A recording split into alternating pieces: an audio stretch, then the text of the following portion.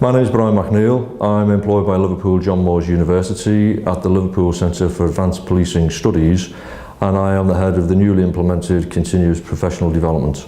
The CPD department within LCAPS is really at the cutting edge with regards to the link between academic delivery with regards to policing programmes and also the operational side of policing. It isn't just CPD as was known in the service, where it used to be an occasion of putting 20 hours or thereabouts learning, operational learning and attendance at conferences with regards to keeping accreditation. This is new insofar as just looking at independent standalone modules in policing that are going to be fully validated by Liverpool John Moores, and they are going to be mostly 20 credit bearing modules.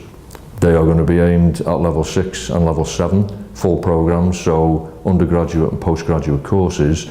So if you look at it from that perspective, what that gives you is the opportunity, if you are thinking of embarking on a master's program, for instance, at some time in the future, then you could come to Liverpool John Moores, you could look at the directory of what we have on offer, and what you could do is then actually select a number of modules that you can do in your time on the lead up until you decide you're going to do your masters, and you could build up 20, 40, 60 credits before you even start and register on the program. So if you take that opportunity together with previous experiential learning, RPEL, that can be mapped across, you could have quite a significant amount of your masters technically already completed before you even start to embark on the actual course. That is a significant opportunity and a significant step forward for people. And when you link that into the development of the police education qualifications framework, where at some stage in the future you may need a master's degree for promotion, if you aspire to promotion, that opportunity to me is outstanding. At the present time, there are 9 modules that we have scoped out that have module programs in place and are going through the validation process.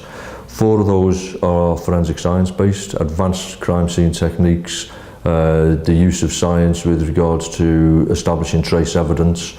2 of them are computer science based, so there's computer science with technology, computer science evidence, and 3 of them are what you would more say purely police based. There are 2 around the role of the senior investigating officer in homicide or other serious cases, 1 around managing the investigation, and 1 around the SIO's responsibility in managing crime scene, and the other one is around national and transnational leadership in the police. If the police education qualifications framework, PEQF, comes in as it's currently intended to, then there's a requirement to have academic qualification as you aspire to move up the promotion ladder, up the ranks.